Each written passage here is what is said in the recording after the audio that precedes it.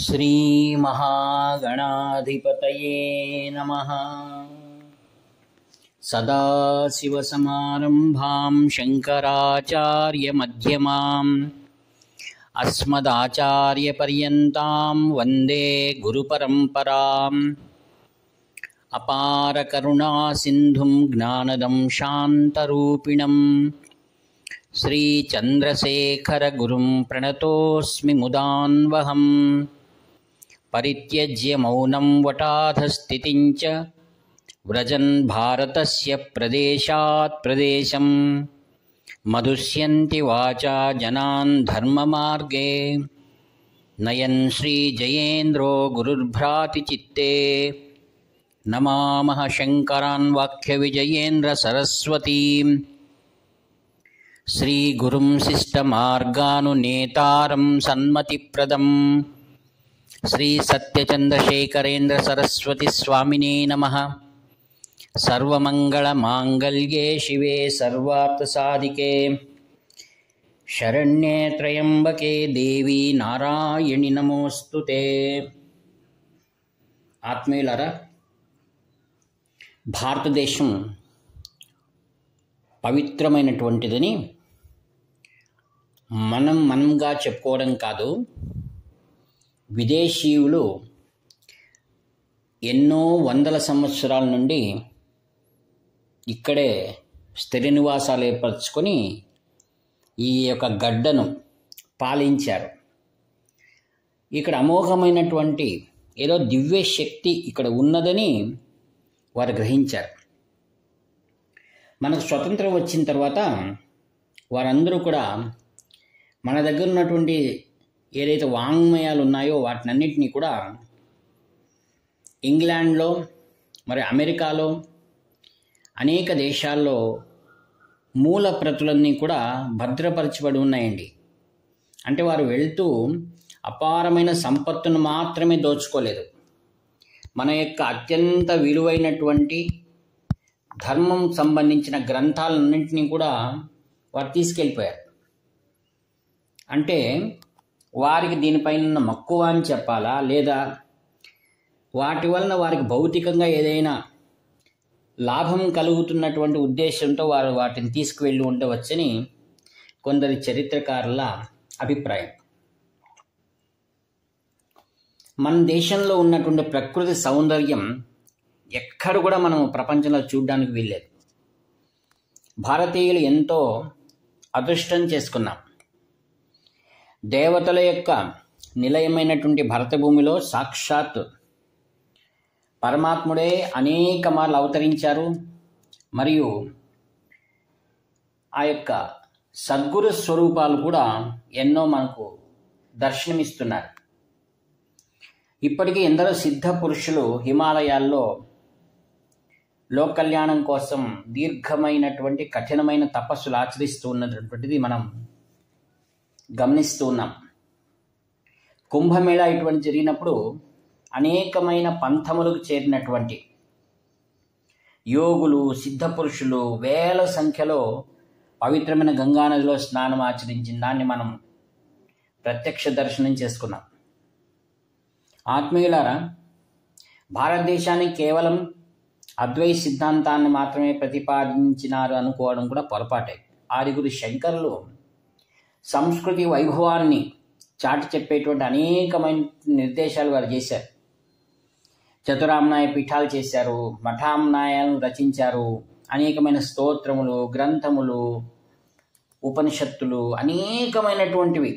వారి యొక్క జీవితం అధికతమైన సంపూర్ణమైన సమయాన్ని అంతటినీ కూడా ధర్మ ప్రతిష్టాపనగా వినియోగించారు.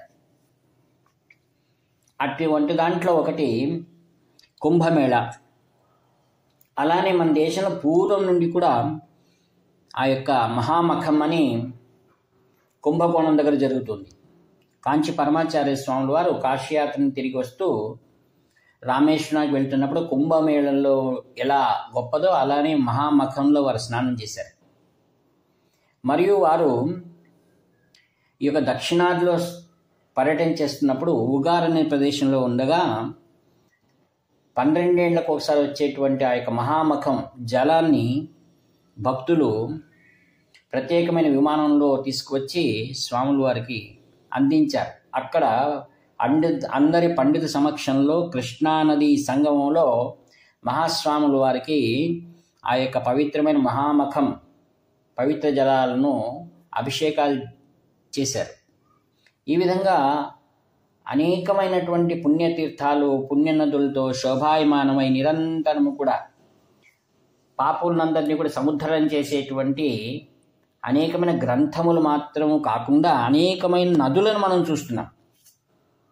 మనం విశ్లేషణ చేస్తున్నామే కానీ విమర్శించటం లేదు.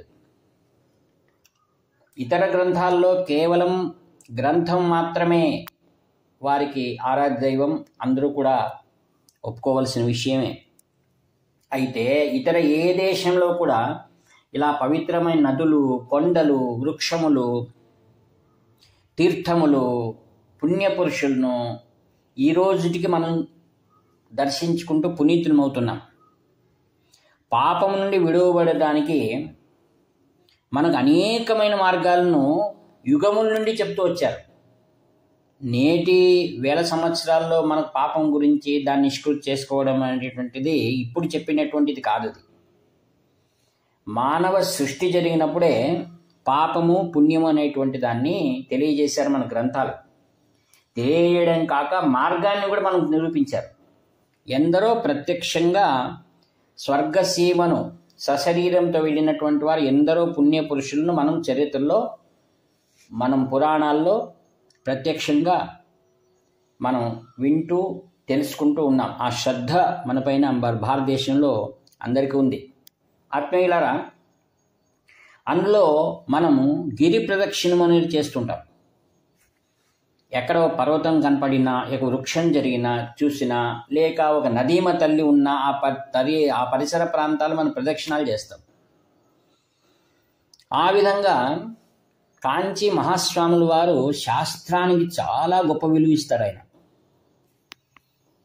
శ్రీవారు 1933లో ఈ యొక్క తిరువణ్ణామలైకి వచ్చారు. ఆయన తిరువణ్ణామలై అనగానే మనకు జ్ఞాపకం వచ్చేది అగ్ని లింగము. ఈ పంచభూతముల్లో ఒక లింగం వచ్చేసి పృథ్వీలింగం కాంచీపురంలో.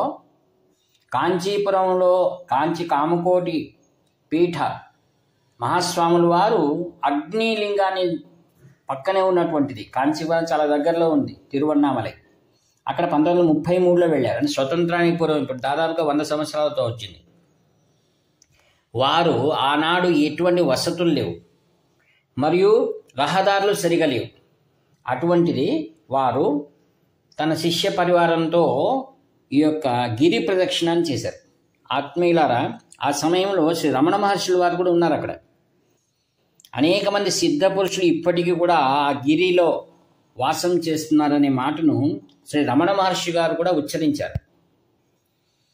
ఒక గిరిని ప్రదక్షిణం చేయడం అనగా అత్యంత శ్రేష్టమైనది. మరి ఆచార్యులు ఎందుకు గిరి ప్రదక్షిణం చేశారు? అది జ్యోతిర్లింగం. గిరి అనగా అక్షరములు, మరియు అగ్ని అనగా జ్ఞానం, అగ్ని అనగా యజ్ఞం, ఇక్కడ గిరి అనగా వేదం. ఈ విధంగా ఆ గిరిపుత్రుకు ఎవరు? పార్వతీదేవి. ఆమె శక్తి స్వరూపిణి. గిరిలో ఎవరుంటారో? పరమేశ్వరుడు ఉంటాడు. అలానే ఇట్టి పరమ పవిత్రమైనటువంటి తిరువణ్ణామలై క్షేత్రంలో మహాస్వాముల వారు ఆనాడే గిరి ప్రదక్షిణ చేశారండి. ఇది మనం గుర్తుపెట్టుకోవాల్సింది. ఇప్పుడు ప్రదక్షిణం అనగా ఏంటి, ఎందుకు చేస్తారు వారు? వారికి స్వతహాగా సాధించవలసింది ఏమీ లేదు కదా. పరమహంస పరివ్రాజకులు వారు. ప్రదక్షిణం అనగా ఒకసారి వినిపించాను, మరొకసారి సందర్భం బట్టి చెప్తున్నాను. ప్రదక్షిణ క్రమం వక్షే శృణుధ్వం భూసురోత్తమాః సర్వపాపహరం చైవ సర్వదాన ఫలప్రదం సర్వరోగ ప్రశమనంచ ఏతత్ తస్మాత్ ప్రదక్షిణం అన్నారు. చూడండి, పరమేశ్వరుడే దీన్ని తెలియజేస్తున్నాడు. ఆ యొక్క ప్రదక్షిణం యొక్క పుణ్య ఫలితాన్ని. ప్రదక్షిణం చేయడం ద్వారా, ఓ భూసురోత్తములారా వినండి, సర్వపాపహరం, అన్ని పాపములు హరిస్తాయి. ఏమి పాపములు ఉంటాయి? త్రివిధములైన పాపములు ఉంటాయి. కాయక, వాచక, మానసిక. పాపమనగా క్రియతో చేసిందనే కాదు, చెడు ఆలోచన కూడా అది ప్రవాహమే, పాప ప్రవాహం అది. కావున తదనంతరం సర్వదాన ఫలప్రదం. సర్వదానములు అంటే కేవలం వస్తువులు ఇవ్వడం కాదు, విద్యాదానం కావచ్చు, ఆరోగ్యదానం కావచ్చు, కన్యాదానం కావచ్చు, ఏదైనా సరే మనస్ఫూర్తిగా భక్తితో భగవదర్పణం చేసిందని దానమే. సర్వరోగ నివారణం. నువ్వు శరీరానికి వచ్చే రోగమనే కాదు, మానసిక బౌద్ధిక ఏదైనా సరే ఎల్లప్పుడూ చింతల్లో ఉండడం కూడా అది కూడా రోగమే. కావున ఆత్మీయులారా, ఇట్టి గిరి ప్రదక్షిణం గొప్పది అని ఆ ప్రదక్షిణం అనే దానికి ఒక్కొక్క అక్షరానికి కూడా వివరించారు. ప్రచ్ఛిన్నతి భయం సర్వం దకారో మోక్షసిద్ధిదః షికారా క్షీయతే రోగాన్ నకారః శ్రీప్రదాయకః ప్రదక్షిణార్థం సంయోగా తత్ప్రదక్షిణమితి స్మృతం. మనకు స్మృతి గ్రంథాలు ఇది చేస్తున్నాయి. ప్రా అనేది సర్వభయాన్ని పోగొడుతుంది, దకారం మోక్షసిద్ధిని, షికారం సకల రోగాలను పరిహరిస్తుంది, నకారము శ్రీ అనగా లక్ష్మిని కలిగిస్తుంది. ఈ విధంగా ప్రదక్షిణం అని సంయోజనం చేసుకున్నటువంటిది. ఈ యొక్క కాంచి పరమాచార్య స్వాముల వాళ్ళు ఆరే సాక్షాత్ శివుడు తనకు తాను ప్రదక్షిణ చేసుకున్నట్టు అనగా ఆత్మ ప్రదక్షిణం చేసుకున్నారని అర్థం. ఇక్కడ ఇటువంటి ఆత్మ ప్రదక్షిణ ఎందుకు చేశారు ఆయన? తల్లిదండ్రులు ఎందుకు దేవస్థానాలకు వెళ్తారు? తమ సంతానము క్షేమంగా ఉండాలి. క్షేమం అంటే ఏంటి? యోగముతో కూడిన క్షేమం. ఆయన యోగలింగాన్ని అన్నాడు. ఒక నెలపాటు ఆయన తిరువన్నామలలో ఉండి ప్రతిరోజు కూడా యోగలింగార్చన చేసి మహా త్రిపుర సుందరి సమేత యోగలింగాన్ని పూజించారు, అర్చించారు, గిరి ప్రదక్షిణం చేశారు. మరి నాడు వారు చూపించిన మార్గంలోనే ఈరోజు లక్షలాది మంది నిత్యము కూడా గిరి ప్రదక్షిణాన్ని చేస్తున్నారన్నమాట.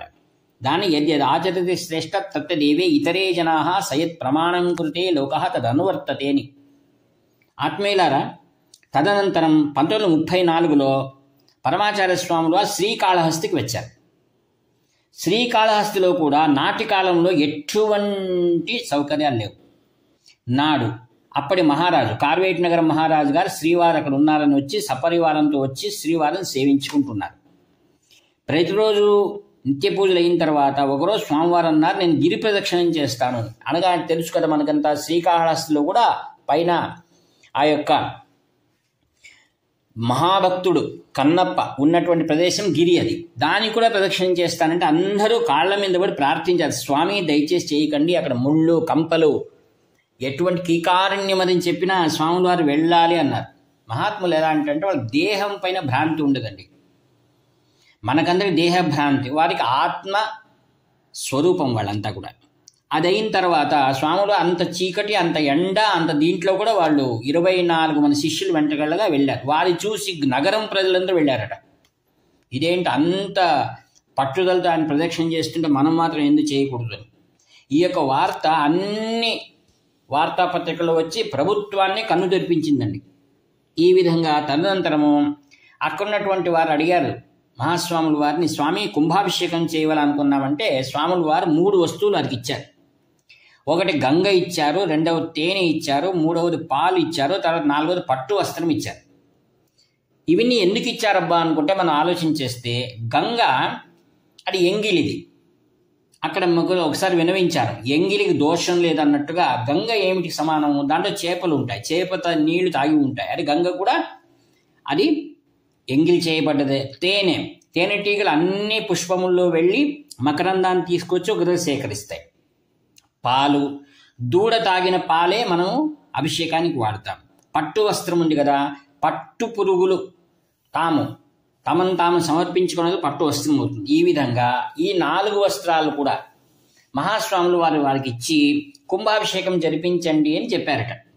కావుననే మహాత్ముల యొక్క దీర్ఘ ఆలోచన ఎవ్వరు కూడా గుర్తించలేనటువంటిది.